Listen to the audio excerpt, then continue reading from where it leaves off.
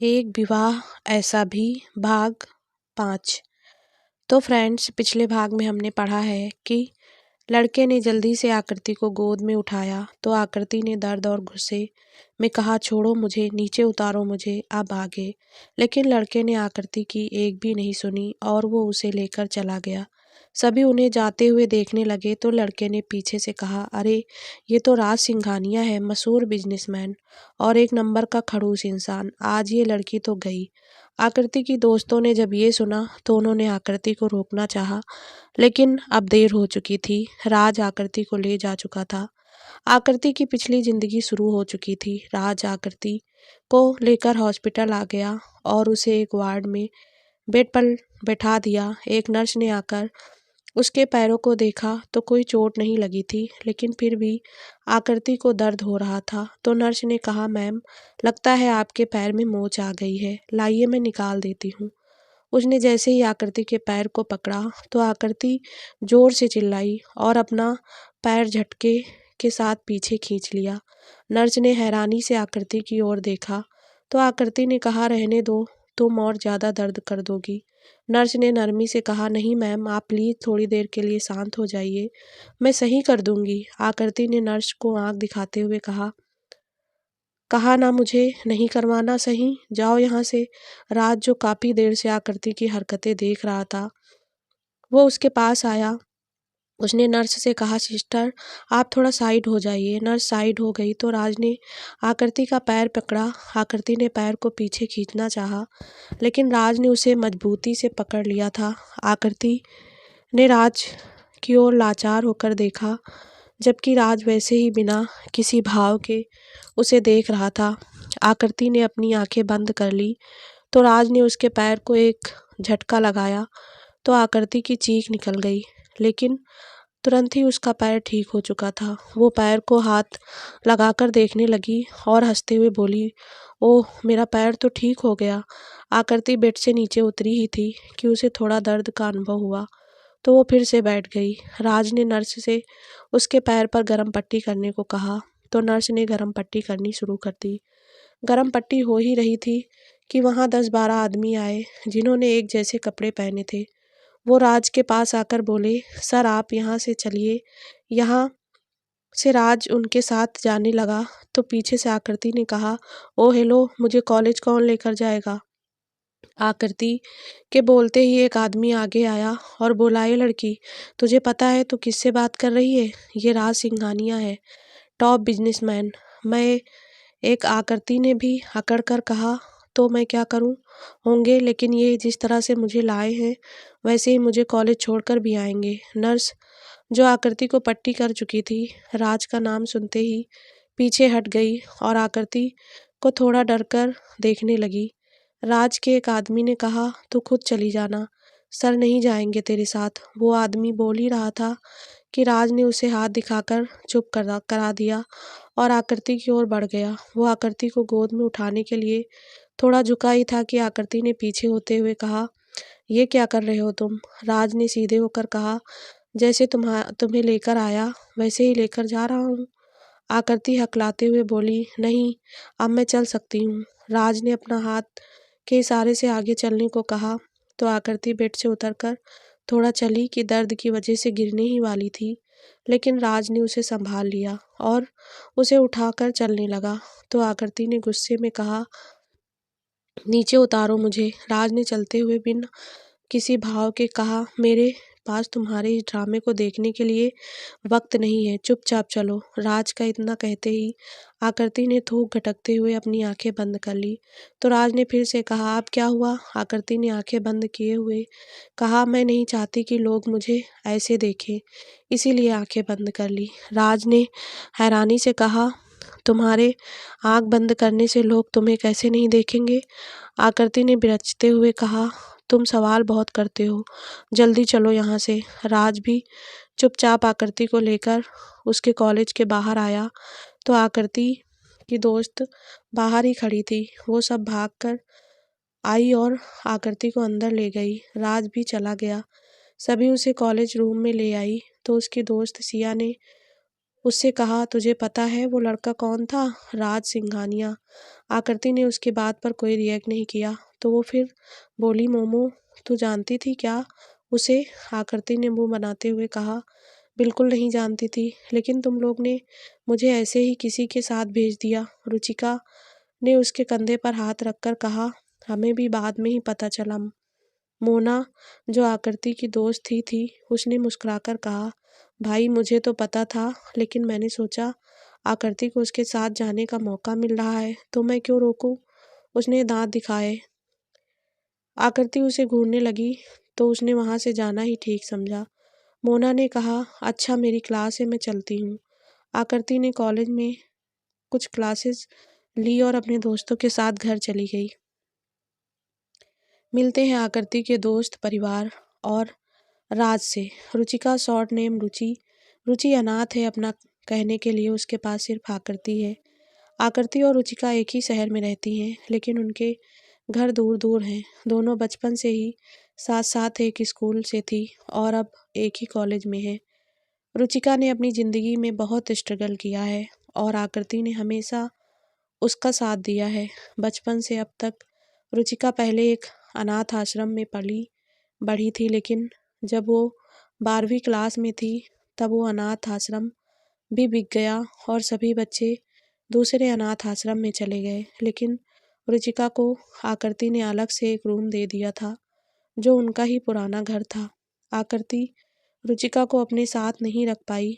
उसकी भी एक वजह थी, जो आकृति के परिवार से जुड़ी थी। सिया और मोना दोनों ही अलग शहर से थी, लेकिन उस सबने 11 और 12th एक साथ ही स्कूल से करी और अब एक कॉलेज में थी। ये चारों अलग अलग सब्जेक्ट के साथ एक कॉलेज में थी। दोस्त के नाम पर 4 ही थी, बाकी किसी से कोई लेना देना नहीं था। आकृति के पास मैथ्स था तो रुचिका ने कॉमर्स ले रखी थी। वहीं सिया और मोना दोनों आर्ट से थी। ये चारों दूसरे शहर से कॉलेज में आती थी। आकृति और रुचिका को आने के लिए 2 बस बदलनी पड़ती थी, जबकि सिया और मोना को एक ही बस से आना होता था। आकृति के बारे में बात करें तो उसके परिवार में माँ पापा और 2 बड़े भाई थे। आकृति के माँ पापा जो आकृति को बिल्कुल नहीं चाहते थे, उनके लिए अपने बेटे ही पहले थे। आकृति के लिए उनकी कोई फीलिंग नहीं थी, लेकिन आकृति अपने माता पिता को बहुत मानती थी। उसे लगता था एक ना एक दिन उसे भी वही प्यार मिलेगा जो उसके भाइयों को मिलता है, लेकिन अब तक तो ऐसा कुछ नहीं हुआ था। आकृति के दोनों भाई राम और भरत दोनों उससे बड़े थे और आकृति पर अपनी जान छिड़कते थे। उनके लिए अपनी बहन सर्वोपरि थी। उसके लिए वे अपने माता पिता से भी लड़ जाते थे, लेकिन आकृति के मना करने पर दोनों शांत हो जाते थे। सभी आकृति को आकृति ना बोलकर मोमो बुलाते थे और आगे की कहानी में आकृति की जगह मोमो ही सुनने को मिलेगा, तो आप सब समझ जाइएगा। अब बात करते हैं राज सिंघानिया की। राज सिंघानिया बहुत ही छोटी उम्र में इंडिया के टॉप बिजनेसमैन में उसका नाम आता है। स्वभाव से बहुत खड़ूस किस्म का है, किसी को कोई भाव नहीं देता है। लाखों लड़कियां उसे पाने की चाहत रखती हैं, सिर्फ उसके पैसों की वजह से। लेकिन उसके लिए प्यार वैर सब बकवास है। परिवार के नाम पर उसका एक छोटा भाई है रिहान, और उसकी माँ राज के लिए उसका छोटा भाई ही सब कुछ है, क्योंकि उसकी माँ एक सोशल वर्कर है जिसके पास अपने बच्चों के लिए बहुत कम वक्त होता है। लेकिन फिर भी वो महीने में 1-2 बार उनसे मिलने उनके घर आ जाती है। वो खुद अलग घर में रहती हैं।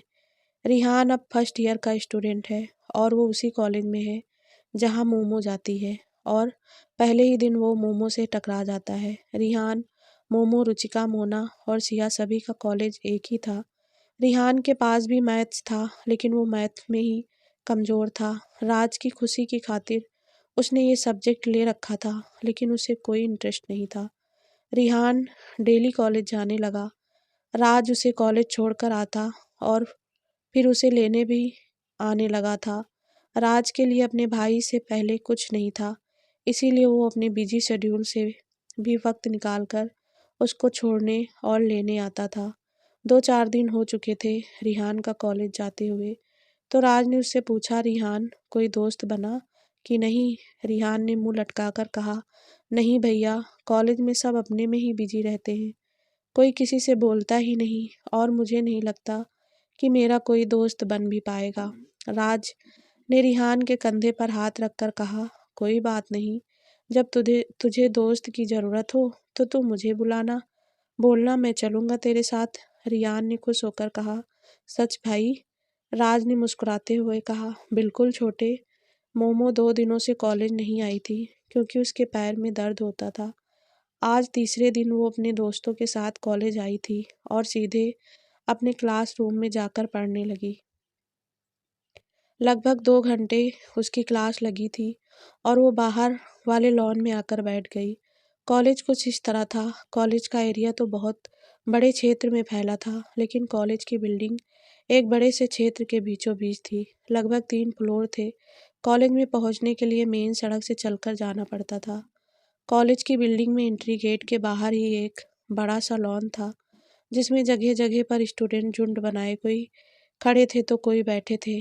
कॉलेज के अंदर चारों ओर कमरे ही कमरे थे। उनके बीचों बीच एक छोटा लॉन था तथा एक और मंच था, जो कि कोई प्रोग्राम होता था तब काम आता था। मोमो क्लास लेकर बाहर वाले लॉन के एक कोने में पड़ी पत्थर की बेंच पर बैठ गई। उनका ठिकाना हमेशा यही रहता था, कोई और उनकी जगह नहीं लेता था, क्योंकि ये कॉलेज की बिल्डिंग और मेन गेट से काफ़ी दूर था और थोड़ी शांति भी थी यहाँ, तो कोई आना पसंद नहीं करता था। लेकिन मोमो को ये जगह बहुत पसंद थी। वो रोज़ यहाँ आकर ही पढ़ती थी। उसी की वजह से रुचि, मोना और सिया भी कॉलेज के बाद यहीं आ जाया करती थी। मोमो अपनी नोटबुक में कुछ लिख रही थी, तभी रुचि उसके पास आई। उसने मोमो को देखकर अपना माथा पीटते हुए कहा। मोमो, तू नहीं सुधर सकती। मोमो कुछ नहीं बोली तो रुचि ने मन में कहा, इस लड़की का कुछ नहीं हो सकता।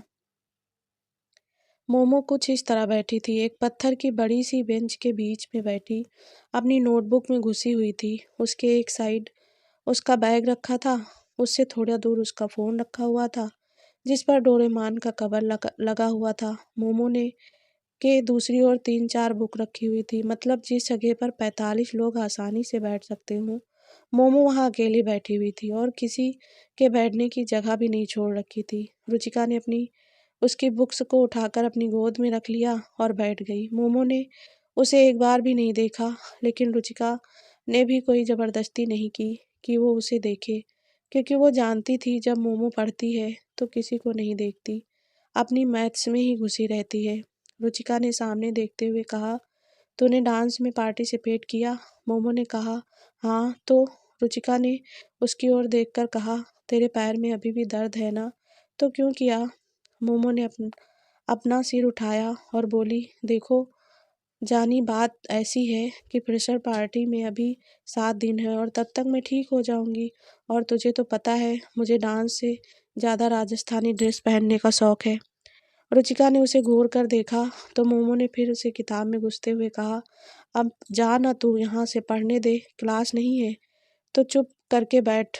रुचिका ने उठते हुए कहा, क्लास है मेरी। वो चली गई तो मोमो फिर से पढ़ने लगी, लेकिन कुछ देर बाद फिर उसे किसी की आवाज़ आई, जो एक लड़के की थी। मैम, क्या आप मुझे मैथ्स पढ़ा देंगी? मोमो ने बिना ऊपर देखे कहा, मेरे पास टाइम नहीं है, जाओ यहाँ से। लेकिन वो लड़का नहीं गया। उसने फिर कहा, प्लीज़ मैम, आपने फर्स्ट ईयर में टॉप किया है, प्लीज़ मुझे पढ़ा दीजिए। मोमो ने गुस्से से ऊपर देखते हुए कहा, अरे यार, समझ नहीं आता क्या? उसने इतना ही कहा था कि सामने खड़े लड़के को देखकर उसकी आंखें छोटी हो गई। मोमो ने उसे घूरते हुए कहा, तुम तो वही हो ना जो उस दिन मुझसे टकराए थे? लड़के ने हामी भरी तो मोमो ने किताब में देखते हुए कहा, जाओ यहाँ से, मैं किसी को नहीं पढ़ा सकती। रिहान मुंह लटकाकर चुपचाप वहाँ से चला गया था। दूसरे दिन भी वही रूटीन था। मोमो का वो क्लास लेती और लॉन में आकर बैठकर पढ़ने लगती। जब उसकी सब दोस्त क्लास से फ्री हो जाती तो सब घर चली जाती।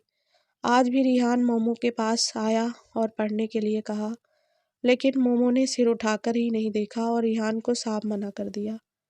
रिहान आज भी मुंह लटकाकर चला गया। ऐसे ही रिहान रोज मोमो के पास आता, लेकिन वो सिर उठाकर भी नहीं देखती थी और साफ मना कर देती। आज कॉलेज में प्रेशर पार्टी थी। सभी कॉलेज के अंदर वाले लॉन में इकट्ठा हुए थे। फर्स्ट ईयर के स्टूडेंट एक और बैठे थे, बाकी सब एक और। स्टेज पर कुछ प्रोफेसर बैठे थे और कुछ स्टूडेंट्स थे जिन्होंने सारे काम संभाल रखे थे। सभी लॉन में थे तो कॉलेज का बरामदा खाली था।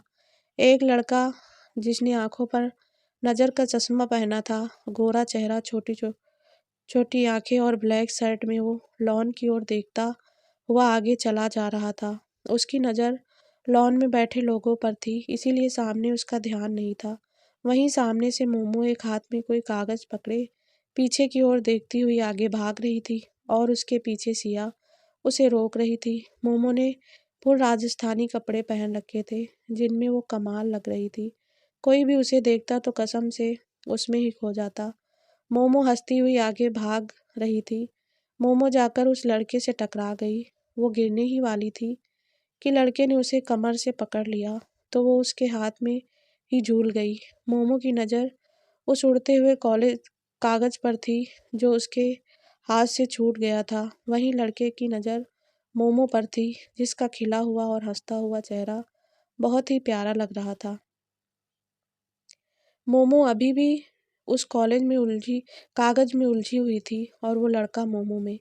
लड़के ने दूसरा हाथ बढ़ाकर कागज़ को भी पकड़ लिया तो मोमो उस लड़के से दूर खड़ी होकर उसे देखने लगी।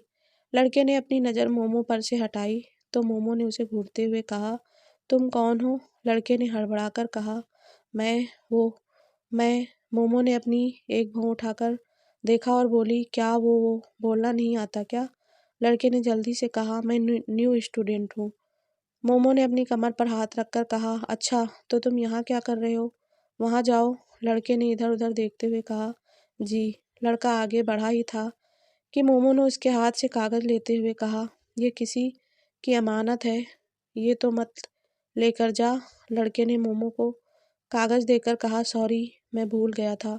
लड़का चला गया तो मोमो भी वहाँ से चली गई और सिया को कागज़ देकर बोली, ये ले तेरा प्रेम पत्र। सिया ने मुंह बनाकर कहा, पढ़ लिया?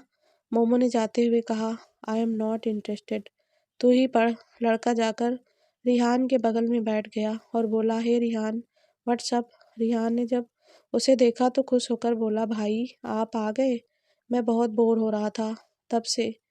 अब सही है सब। ये लड़का राज था जो रिहान के कहने पर आया था, लेकिन आज वो राज बनकर नहीं, एक पढ़ाकू स्टूडेंट बनकर आया था ताकि कोई उसे पहचान ना सके। वो अक्सर कॉलेज में नॉर्मल बनकर ही आया करता था ताकि लोग उसे परेशान ना करें। राज वहाँ बैठकर अपने मोबाइल में लग गया। कॉलेज का प्रोग्राम अपनी गति पर चल रहा था। तभी अनाउंस हुआ, अब एक राजस्थानी डांस आकृति शर्मा की ओर से। राज ने एक नज़र उठाकर देखा तो स्टेज पर आकृति खड़ी हुई थी। वो राजस्थानी गाने पर डांस कर रही थी। राज का ध्यान फोन से हटकर आकृति पर रुक गया। जब तक मोमो का डांस खत्म नहीं हुआ तब तक राज ने पलक तक नहीं झपकी। आकृति का डांस खत्म हुआ तो एंकर ने कहा, ये है हमारे कॉलेज की इस साल की फर्स्ट ईयर की टॉपर स्टूडेंट, मैथ्स में पूरे नंबर लाने वाली आकृति शर्मा। मोमो को ट्रॉफी दी तो वो ट्रॉफी लेकर वहाँ से चली गई और साथ ही राज की नज़रों को भी अपने पीछे ले गई। अब राज का मन फ़ोन चलाने का भी नहीं था। वो तो इधर उधर देखने लगा। उसे आकृति फिर दिखाई दी जो अपने दोस्तों के साथ बरामदे में हंसते हुए चल रही थी। राज उसे ही देख रहा था कि आकृति का फ़ोन आया। आकृति ने फ़ोन उठाया और अपने हाथ में पकड़ी ट्रॉफी को अपने दोस्त को पकड़ा दी। वो एक और जाकर बात करने लगी। कुछ देर बात करने के बाद वो पास खड़े पिलर के एक हाथ से पकड़ ली कर झूलने लगी और अपनी बात जारी रखी। मोमो ने एक हाथ से फ़ोन को कान में लगा रखा था और दूसरे हाथ से पिलर पर झूल रही थी। उसका एक पैर भी पिलर पर बनी छोटी सी जगह पर टिका हुआ था और दूसरा हवा में झूल रहा था। वो बहुत हंस कर और इतराते हुए बात कर रही थी। तो राज ने मन ही मन सोचकर कर रही होगी अपने बॉयफ्रेंड से बात, आजकल तो सबकी सेटिंग रहती है। राज ने फिर कहा, होने दे, मुझे क्या। वो फिर से अपने फ़ोन में लग गया। राज और मोमो का आमना सामना हो चुका था, लेकिन मोमो को नहीं पता था कि वो चश्मे वाला लड़का राज सिंघानिया है। फ्रेशर पार्टी के बाद एक बार फिर से कॉलेज लग गए थे। सभी आने भी लगे। रो राज रिहान को कॉलेज छोड़कर वापस घर गया तो देखा उसकी माँ आई हुई। राज अपनी माँ से मिला तो उसकी माँ ने उसे रिहान को भी लेकर आने को कहा। राज ने रिहान को फ़ोन किया, लेकिन रिहान ने फ़ोन नहीं उठाया। अब राज उसे लेने के लिए घर से निकल गया। उसने फिर से रिहान को फ़ोन लगाया, लेकिन सामने से कोई जवाब नहीं आया। तो राज ने खुद से कहा, ये कहाँ फंस गया। फ़ोन तो वो उठा लेता है, लेकिन आज क्यों नहीं उठा रहा। राज से सब सोचते सोचते कॉलेज पहुंच गया। रिहान को लगभग 10 दिन हो गए थे। वो रोज़ मोमो के पास जाता और पढ़ाने के लिए कहता, लेकिन मोमो यानी आकृति उसे बिना देखे ही वापस भेज देती थी। रोज़ की तरह आज भी रिहान आया, लेकिन कुछ कुछ बोल नहीं रहा था, जबकि मोमो अपनी किताबों में उलझी हुई थी। उसे पता ही नहीं था कि कोई उसके पास खड़ा है। राज कॉलेज में इधर-उधर नज़र घुमाता है तो रिहान बाहर लॉन में मोमो के सामने खड़ा दिखाई देता है, तो राज उस ओर चला जाता है। रिहान ने मोमो से कहा, मैम प्लीज़ मेरी बात समझने की कोशिश करिए ना। मुझे मैथ्स में अच्छे नंबर लाने हैं, आप थोड़ी बहुत हेल्प कर दीजिए। मोमो ने उसे साफ मना कर दिया, लेकिन आज तो रिहान जाने वाला नहीं था। उसने फिर से कहा, प्लीज़। मोमो ने सिर ऊपर उठाकर देखा और बोली, तुम्हें उस दिन भी कहा था ना, आज फिर आ गए तुम, जाओ यहाँ से। राज मोमो के पीछे झाड़ियों तक पहुँच गया था। उसे इन दोनों की बातें सुनाई देने लगी। वो रुककर सुनने लगा। रिहान ने सिर नीचे करते हुए कहा, मैम मेरे भाई मुझसे बहुत प्यार करते हैं और वो चाहते हैं कि मेरे मैथ में अच्छे नंबर आए। मैं उनका भरोसा नहीं तोड़ना चाहता। प्लीज़ आप थोड़ी सी हेल्प कर दिया करें ना। मोमो अपनी जगह उसे उठी और कमर पर हाथ रखकर बोली, ठीक है पढ़ा दूंगी, लेकिन एक शर्त पर। रिहान ने खुश होते हुए कहा, मुझे आपकी सब शर्तें मंजूर हैं, आप कहिए तो सही। मोमो ने एक भौं को उचकाकर कहा, सोच लो। रिहान खुश होकर बोला, आप बताओ तो, मुझे सब मंजूर है। मोमो ने कहा, अगर तुम्हारे भैया खुद आकर मुझसे तुम्हें पढ़ाने के लिए कहें तो ही मैं तुम्हें पढ़ाऊंगी। रिहान तो वहीं जम गया। उससे तो कुछ बोला ही नहीं गया। सारी खुशी पल भर में गायब हो गई थी। मोमो ने फिर कहा, और हाँ, तुम्हारे भैया से कहना कि वो प्लीज वर्ड का यूज जरूर करे। रिहान एक तो सदमे में आ गया और जब उसने मोमो के पीछे देखा तो उसका भाई राज हाथ बांधे खड़ा था। रिहान की तो सिट्टी पिट्टी गुम हो गई थी। उसने थूक गटकते हुए धीरे से कहा, मेरे भैया।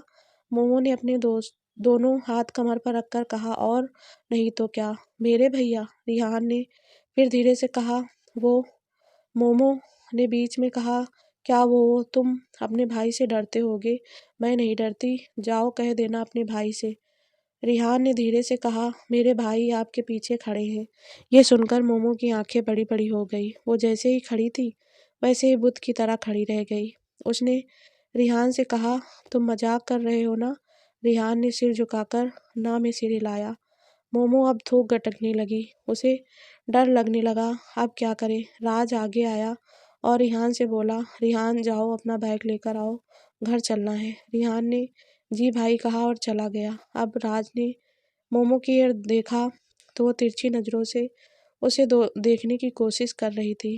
राज ने बिना किसी भाव के कहा, तो तुम्हें मुझसे डर नहीं लगता। मोमो ने अटक अटक कर कहा, ना, नहीं, हाँ हाँ हाँ। राज ने सुना तो कोई रिएक्ट नहीं किया। वो आगे बोला, सुनो मोमो ने जल्दबाजी में कहा, वो मैं मजाक कर रही थी। राज ने अपने दोनों हाथों को पॉकेट में डालते हुए कहा, कल से तुम मेरे भाई को मैथ पढ़ाओगी। मोमो ने कुछ नहीं कहा तो राज ने आगे कहा, ये तुम अपनी जिम्मेदारी समझकर करना। अब इसे तुम ऑर्डर समझो या मेरा डर, तुम ये करोगी। मोमो कुछ नहीं बोली। रिहान अपना बैग लेकर आ चुका था।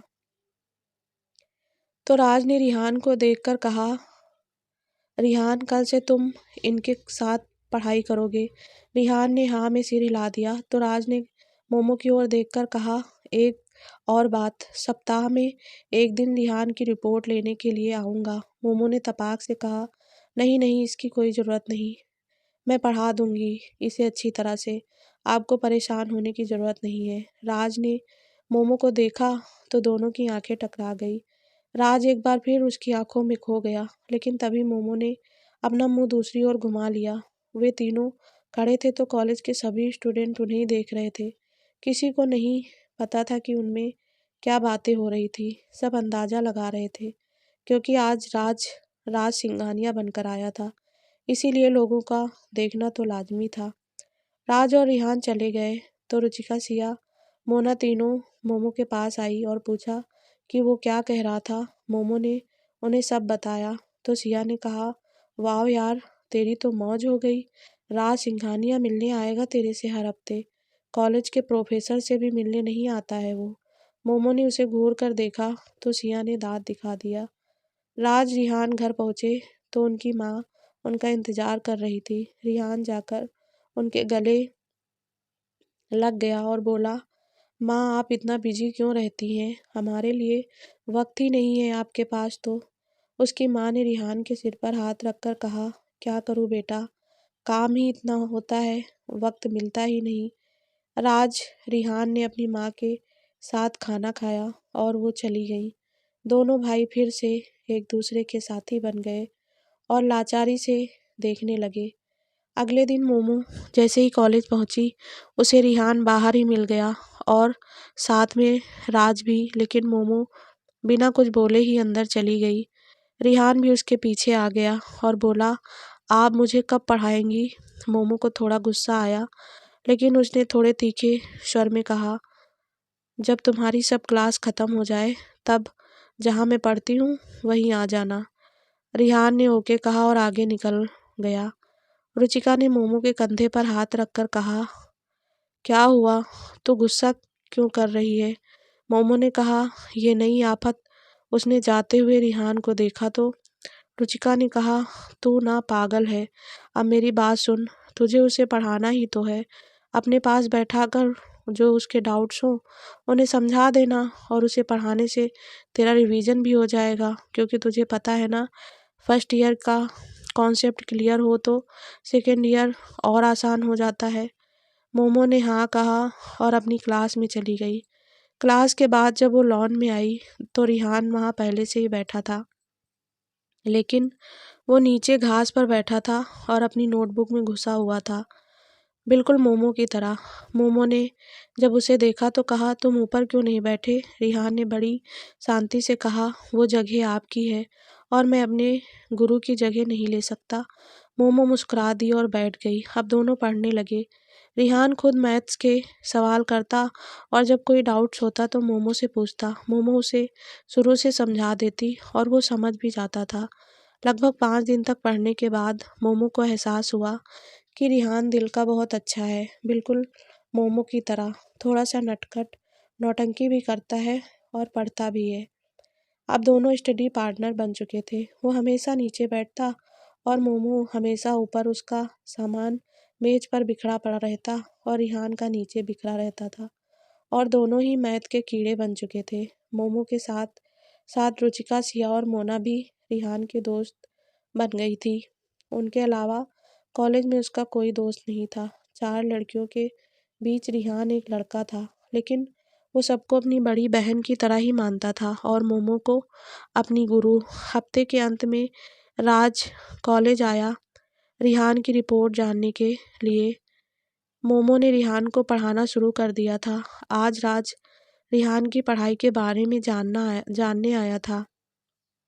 राज को पता था कि मोमो लॉन में उसी कोने में बैठती है और रिहान भी वहीं मिलेगा, तो उसने कहीं और न जाकर उस तरफ ही जाने लगा।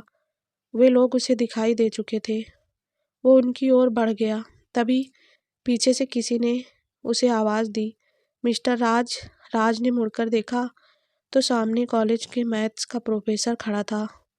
उसने राज से कहा, आप यहाँ?